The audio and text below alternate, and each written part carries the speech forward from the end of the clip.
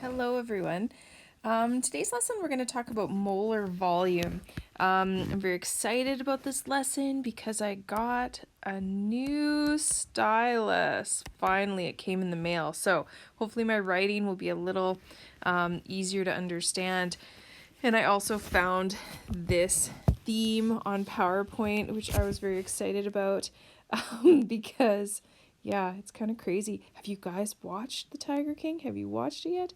Um, Anyways, we're going to talk about molar volume today. So, okay. Just so you know, you guys have notes for this. They're sort of fill in the blank notes. So if you have your note package, just follow along with that. Otherwise, you'll just have to take some notes here. So all gases are mostly empty space. We know that, when you first learn, you do the solid particles are very close together, liquids are further apart, and then gas particles are all really far apart, right? So in a gas, the particles are very far apart, so we can say that they're mostly empty space. So because of this, this leads us to conclude that all gases are going to behave very similarly. So we call them ideal gases. At this point, we're just going to assume that all gases are ideal. This chart here sort of shows that all gases are not actually ideal because we've got our CO2, our different gases here, which are acting quite differently. But the point is that the ideal gas here, this is sort of our average. So we're just going to assume that gases are ideal. And it works mostly for things. So just as a quick review, STP. So STP is going to be 1 atmosphere of pressure, or the other conversions are 760 millimeters of mercury, or 101.325 kPa. So those are our pressure situations for STP, and then our temperature is going to be 273.15 Kelvin or 0 degrees centigrade or Celsius. So that's STP. Hopefully you've had that committed to memory now. So Avogadro's theory. So Avogadro's theory states that equal volumes of gases at the same temperature and pressure contain equal numbers of molecules. So we look at this example, this little diagram here. The balloons all have the exact same volume in them. What that means is that they've got the same number of molecules for each. So it doesn't matter that this is H2 or that this is N2 or that this is O2. They're going to have the same number of molecules for each. Now, that because the number of particles are the same, that means we can relate that to the mole, because a mole has how many molecules in it. That's right, 6.02 times 10 to the 23rd. So because of that, we can use our mole ratios, basically, and we can talk about molar volume. So the volume that 1 mole of gas occupies at a specific temperature and pressure, that's the molar volume. So this volume is dependent upon temperature and pressure, so it will change depending on what the temperature and pressures are. But we can define it at STP. The molar volume is going to be equal to 22.4 liters. So make sure you memorize that number, 22.4 liters. So this means that 1 mole of gas, and this can be any gas, will always have a volume of 22.4 liters at STP. And this is just a diagram showing that here, that each one of those, so again, we've got H2, and then we have xenon, and then we have methane, which is the CH4 here. They're all going to have 22.4 liters of gas in 1 mole. Okay, so we can use, for these, we are going to use dimensional analysis to solve for these. So what volume is occupied by 0.024 moles of carbon dioxide gas at STP? So you're looking for volume. Some people like to use V. I like to use liters because that's the unit that I'm going to be finding here. So again, we're going to use our dA. So what am I looking for? Equals, what do I know? I know that I've got 0.024 moles of carbon dioxide gas. Now, the conversion factor then is going to be 22.4 liters in 1 mole of gas.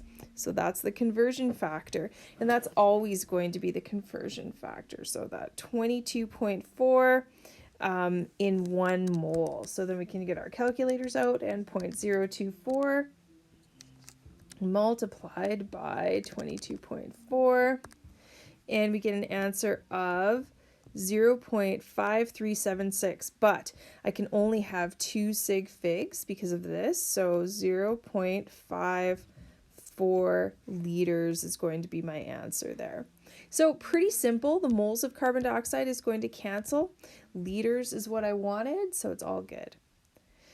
Okay, we'll try another example here. So what amount of oxygen gas in moles is in 5.6 liters at STP?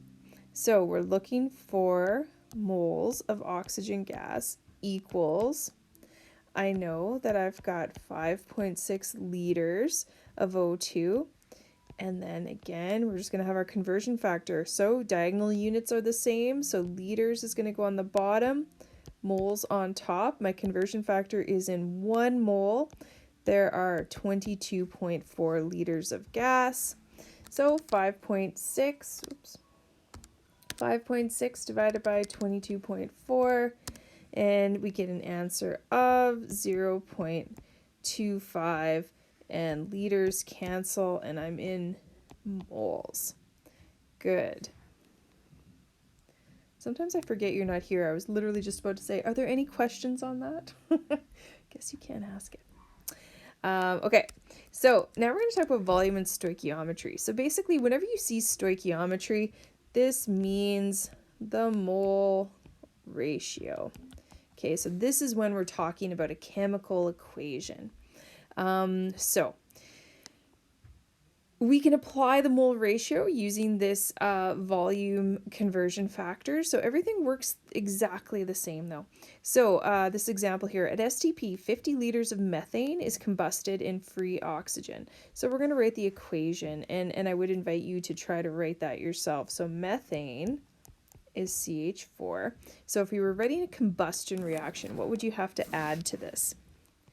Yeah, you'd have plus your O2 goes to, and the products are always the same. It's always CO2 plus water. So now we can just balance it here. So let's say we have 1 here, 1 here. That's good. 4 hydrogens. So I need a 2 here. So now I've got 2 4 oxygens. So I need a 2 here. So now it's all balanced. That's my combustion reaction. It tells me that I've got 50 liters of methane here. Okay, so let's continue on here. So this is my equations. This is the one we just wrote here. So we already said we have 50 liters. So remember, with stoichiometry questions, this is involving the mole ratio within a chemical equation. It's always a good idea to keep track of what you're looking for underneath your equation. It just helps you stay organized. So determine the moles and volume of water vapor produced. So I'm looking for moles, and I'm also looking for volume here of the water vapor. Now, also, don't get confused by the term vapor here. Water vapor is simply just water. So I'm just looking for water vapor there, which is water. Okay, so I'm looking for moles and volume of water vapor. So if I look here, the ratio is 1 to 2 here. So I'm just going to use dimensional analysis to figure this out. Technically, you can do it quicker just by looking at it, but we're just going to use our dA here. So first of all, let's find the moles. Okay, so moles of water equals, I know that I've got 50 liters of CH4. Now, before I can do anything with anything in chemistry, we always work through the mole. So liters is going to go on the bottom of, methane here, and I'm going to put moles on top of methane. So this is going to be our 22.4. Sorry, that's methane. I'm going to blame the stylus, not my writing. So I need another bracket, because right now, if I stop the problem, I'm in moles of methane. I don't want that. I want to get into moles of water. So if I look at the mole ratio between them here, remember there's a 1 there. So the ratio here is going to be the 2 to 1. So 1 mole of methane on the bottom and 2 moles of water on the top. So I'm going to get 100, sorry, I'm not, forgot to divide it.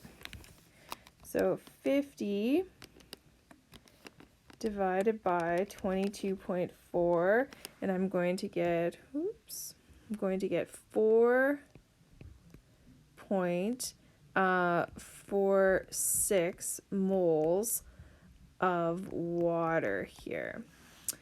Let me just check this, make sure it's all right. Good, except how many sig figs can I have? Yeah, the sig figs come from the 50 liters. Now, how that 50 liters is written, there is only one sig fig here, which means I need a line over that 4. Good. Okay, next. Now I'm looking for volume of water vapor produced. So, liters of water equals... Now, I can use the moles here if I want, or I can go back and write the 3-bracket equation, because liter to liter is basically the same as going gram to gram. It's going to be a 3-bracket question, but I don't want to do that much work, so I'm going to use this one here. So I'm going to say I have 4.46 moles of H2O. And so moles goes on the bottom of water, and on top is going to be my liters, which is 22.4 liters. I know that there are 22.4 liters in 1 mole of water here. So 4.46 times 22.4, basically I'm just reversing the math over here, so I get 100 liters. And just 1 sig fig again, which is already written like that. So that's my answer there. Now, part B here says determine the volume of moles of O2 required for the complete combustion of methane. So now I'm going to look at O2. So I'm looking for moles and volume over here too. Now, I didn't leave myself much room because there's a shortcut you can take here. You don't actually have to do all the exact, like these calculations for that. Because remember, these are all gases, right? And gases behave in an ideal way. So they all behave exactly the same way. So what that means is that the mole ratio between the methane and the water, if you look here, was 1 to 2. The mole ratio between the methane and the O2 is also 1 to 2. So because that ratio is the same, that's 1 to 2. So the ratio between the methane and the oxygen gas is the same as the ratio between the methane and the water vapor. So that allows me, I can skip the math and I can just use the same information here. So moles of O2 are going to be equal to 4.46, and the volume of O2 is going to be the 100 liters. So write yourself a little note here.